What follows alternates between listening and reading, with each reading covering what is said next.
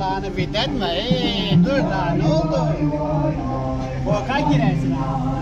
Tramvay geçirtirsin öyle yapma. Bizim için üzülüyorum. Hele dur belki gireriz yine. Üzme kendini üzme. Sen bizden önce foka girdin.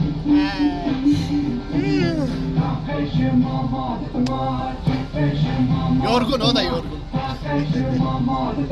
Ama bizi terk etmiyor. Değil mi?